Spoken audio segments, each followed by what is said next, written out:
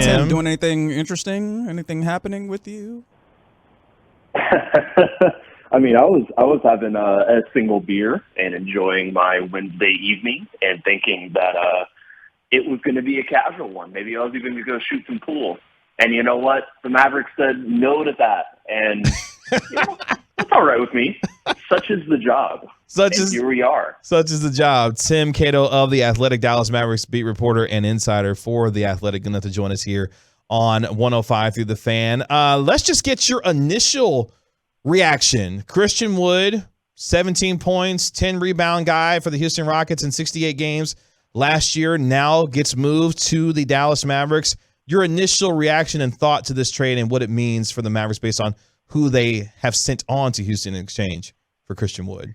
Yeah, absolutely. So I know that we're going to talk about Christian Wood, and I know he's a centerpiece, and that's what everybody is curious about. But I want to start in a kind of backwards way.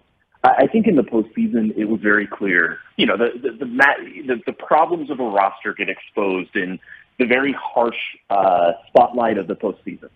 And it was clear that the Mavericks didn't have enough players that could be competent in a postseason rotation, that they were just giving heavy minutes to their top 7 or 8 guys. It was even more clear that they didn't have center depth. And it was just obvious, if there's one other thing they were missing, it was shot creation. I think that this offseason, the Mavericks were also headed to a roster problem, one that did not quite have the same spotlight on it, of course, because nobody cares as much about roster minutia. But the Mavericks had 14 players guaranteed going into next season. That leaves you one spot. And that one spot, obviously, another way to say that is that every single player on the roster was under contract to come back. There's a couple non-guarantees they were going to guarantee in Frank Ntilikina and Maxi Kleber. But they had one spot. And that one spot was, of course, it does seem like is going to go to Jalen Brunson. As we all know, he's an unrestricted free agent. They also need a center. They also want to put Theo Pinson, convert him from a two-way onto the roster for all the chemistry reasons we saw down the stretch of the season. And so for the Mavericks to take 4 players who did not contribute a second of meaningful postseason basketball, to move them all basically at the expense of the 26th pick, a pick they were unlikely to use. Again, they didn't have roster spots before this. At most they might have done a draft and stash sort of situation. To do that all for a 26th pick, even if they did draft there, it's unlikely they're going to get a rotation player for next season. And to get back a center who, now's the time to talk about Christian Wood, but, who has his flaws, who maybe he doesn't work, maybe he doesn't fit. But to me, when I look at this trade, the value is solving one big problem, which was this roster logjam they had, and then bringing in a player who potentially could solve several of the issues that they're looking at in terms of rebounding, shot creation, and just another big man to add to the rotation. Yeah, and let's get a little deeper into what he actually does for your team, because I have a little hesitation when it comes to like adding him to the roster, not based off of the trade itself. The trade itself makes sense, and you laid it out beautifully. But I think that because we're early on and he has the C next to his name, people are going to look to him to do all the things that you're missing on this team. What does he answer and what doesn't he answer, and how does that look? Yeah, I think that's why I laid it out like that, because even if this doesn't have to work, Christian Wood does not have to be the starting center for the Mavericks for the next 10 years to say, oh, this is a great trade, this is a bad trade. What Wood does is that he is developed even more into a stretch big man. He shot about 39% last season on a good, decent volume. Obviously, that fits into the stretch 5, the 5-out lineups that the Mavericks play. Really good rebounder. He was top 10 in the league in defensive rebounding percentage. Kind of on par with like Giannis and Vucevic and players who are known for being elite rebounders. So really good rebounder. Defensive side, that's going to be somewhat of an issue. Just broadly, how much can he move his feet, things like that.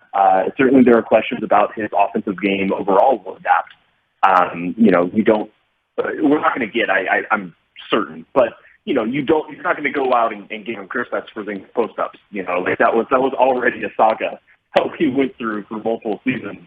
that's not the way that anybody should be interested in Wood playing with the Mavericks, unless Wood himself strongly feels that way. But this is the first time that Christian Wood has played serious winning basketball. And when you think about, rumors of locker room issues or attitude issues, nothing bad, but certainly there was incidents of attitude issues with Christian Wood in Houston.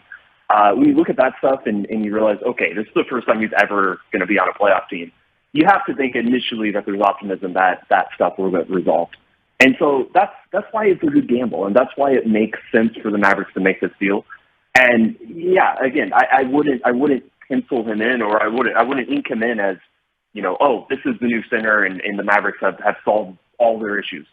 But certainly this is a player who has a chance to, and if not, he's on an expiring deal. Maybe you even turn around at the trade deadline and see if there's anybody, somebody else out there that, you could package Wood and another player for. So I think the Mavericks really, really opened up a lot of flexibility and potentially found someone who could work towards solving some of the problems they have on the court. Tim Cato of The Athletic joining us right here on the Get Right on 105 through the Fan, breaking it down. The Mavericks trading for Christian Wood in exchange for several individuals, including Boban Marjanovic, Marquise Chris, Trey Burke, among others, going back to Houston. And you started to allude to some of that flexibility. Now, obviously, if this works out, ideally, this is a player that would obviously stay around possibly for the next 2 to 3 years. But if it does not, we're talking about a team that, based on Christian Wood's expiring contract, Dwight Powell in the final year of his deal, we're talking about cap space being opened up going into 2023. Do you think this trade has some eye toward that future of 2023 and beyond when it comes to what the free agency class of next year looks like possibly?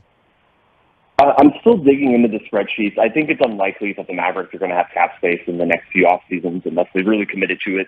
I think the better example is the title team, the 2011 championship Mavericks, who cycled in and out, cycled in rotation players and then cycled them out when they weren't working. And finally they got just the right combination of players who really made sense. And I think you could look at Wood in a lot of ways as being that sort of player. Even if you let him expire and walk next season, things don't work for whatever reason. Even if you were to do that, I think that the Mavericks are set up to be an over-the-cap team, and they still have some hefty contracts on their books. And so, I think as they go forwards, what I'm guessing, and again, this is still really early, I'm still processing everything and looking at cap sheets and stuff, but I think they're going to be set up as a team that can cycle players in and out a little bit. We're definitely not talking about like 1A stars or 1Bs, stars that are going to be 1B to Luka. We aren't talking about that. But I think that they're getting to a point where they have enough contracts that have enough size that can be traded reasonably for, other $20 million players. And the question isn't, if they're still committed to getting a star, that's still hard for me to see. But the idea that they can get, all-star players, fringe all-star players, like clear starters, and just kind of rotate around and see what works, I think that's a good position for this team to be in. And I think that from the early returns of Nico Harrison and what we've seen from his front office, I think that does seem like, they're pretty open to just moving and shuffling the pieces around and seeing what happens on the court based off what they do. Tim, for the second straight time, you start going and begin answering the question that I'm about to ask you. But what is it about this trade? Because we've heard a lot from the Nico Harrison-led, front office, but we haven't had a lot of opportunity to see this. What do we learn from this move? What do we learn about the way that they want to do things, their connectedness to the rest of the league? What do we learn from this move? You got to remember, I'm usually the one asking questions, so I'm pretty good. That's a good point. Yeah. I think that I think that less so this move, but to come into a team, to be a first-time GM, a first-time working for an NBA team like Nico Harrison was, and for 6 months in, choosing to trade the highest-paid player on the team, the de facto second star that the team had committed so much to. I think that shows a level of being willing to mix it up, a willingness not to hang on too long to any one player, any one piece. and a willingness to, really push the boundaries and see what's out there. And this, to me, seems like another one.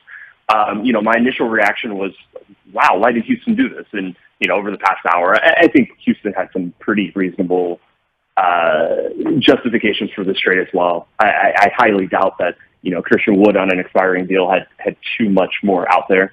And I think that's pretty clear by, usually there's not a better offer out there if a team pulls the trigger on one. And so, but I think it does speak to the way that Nico is really looking proactively to solve issues. And he said after, on media or on exit interview day, the day after the Mavericks exited the postseason, their season ended, he cited rebounding and big man depth as something that hurt them in the postseason. And, I don't think even a month later, here are the Mavericks trying to fix that issue again.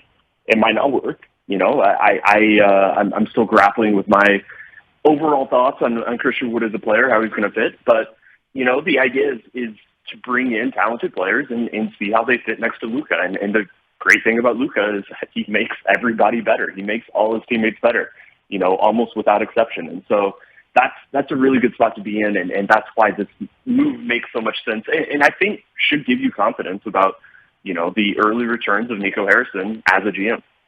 Well, this statistic won't get people, to overreact, but Christian Wood joins Giannis, Joel Embiid, Nikola Jokic, Karl Anthony Towns, and Domantas Sabonis as the only players to average at least 19 points, 9 rebounds on 50% field goal percentage over the last 2 seasons. What are you doing right now? I'm just saying that's an official statistic coming from StatMuse, so I'm sure that won't get people, overreacting on what's going on. Tim, what your thoughts on that real quick? Yeah, as opposed to unofficial statistics. Exactly. Correct. Way to call me out, Tim. Thanks so much. Appreciate that. I need as much as call him out. In fact, if you're ever just listening or something and you feel the need, call in. We'll call him out together. I like it. Tim, honestly, when you texted me, I just couldn't believe that you guys are still on air after having me on first day. Hey, look, man. Look, they liked us so much they let us come back and do this a few more times. So hopefully that will be the case going forward, even after this segment. Before we let you go, obviously. A move that's going to get a lot of attention for Mavericks fans and obviously for this organization and a team that obviously still wants to bring back Jalen Brunson and motivated to do so. What does this do now for the future of this team relative to their philosophy on what they want to do roster-wise and how this will move forward? What does this do? Do you think they're done at this point when it comes to offseason moves at this point? No. I don't think it doesn't seem like this is where this move is headed. But it's not impossible for the Mavericks to look at Christian Wood and be like, okay, what if we packaged him right now?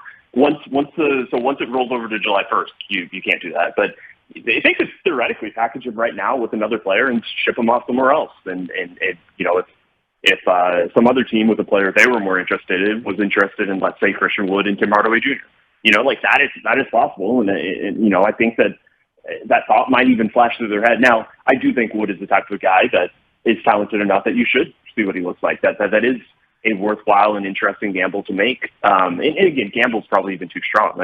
You decided the very official stats. They're not going to be that high in Dallas. Some of that is that he's played for bad teams. But he's a good player. He's talented. He theoretically solves a lot of these issues that the Mavericks had that we saw in the postseason. But no, I think it's unquestionable that the Mavericks still have moves to make. Even setting aside Brunson, who I think at this point very much expect to be back. They have an MLE, a mid-level exception that they could use. Ideally, or at least Mark Cuban is probably looking at it and being like, ideally they shed salary of at least one more player, just because Brunson and the potential for a mid-level exception will push them pretty far into the luxury tax. And old Mark Cuban, I'm sure he's looking at crypto prices right now.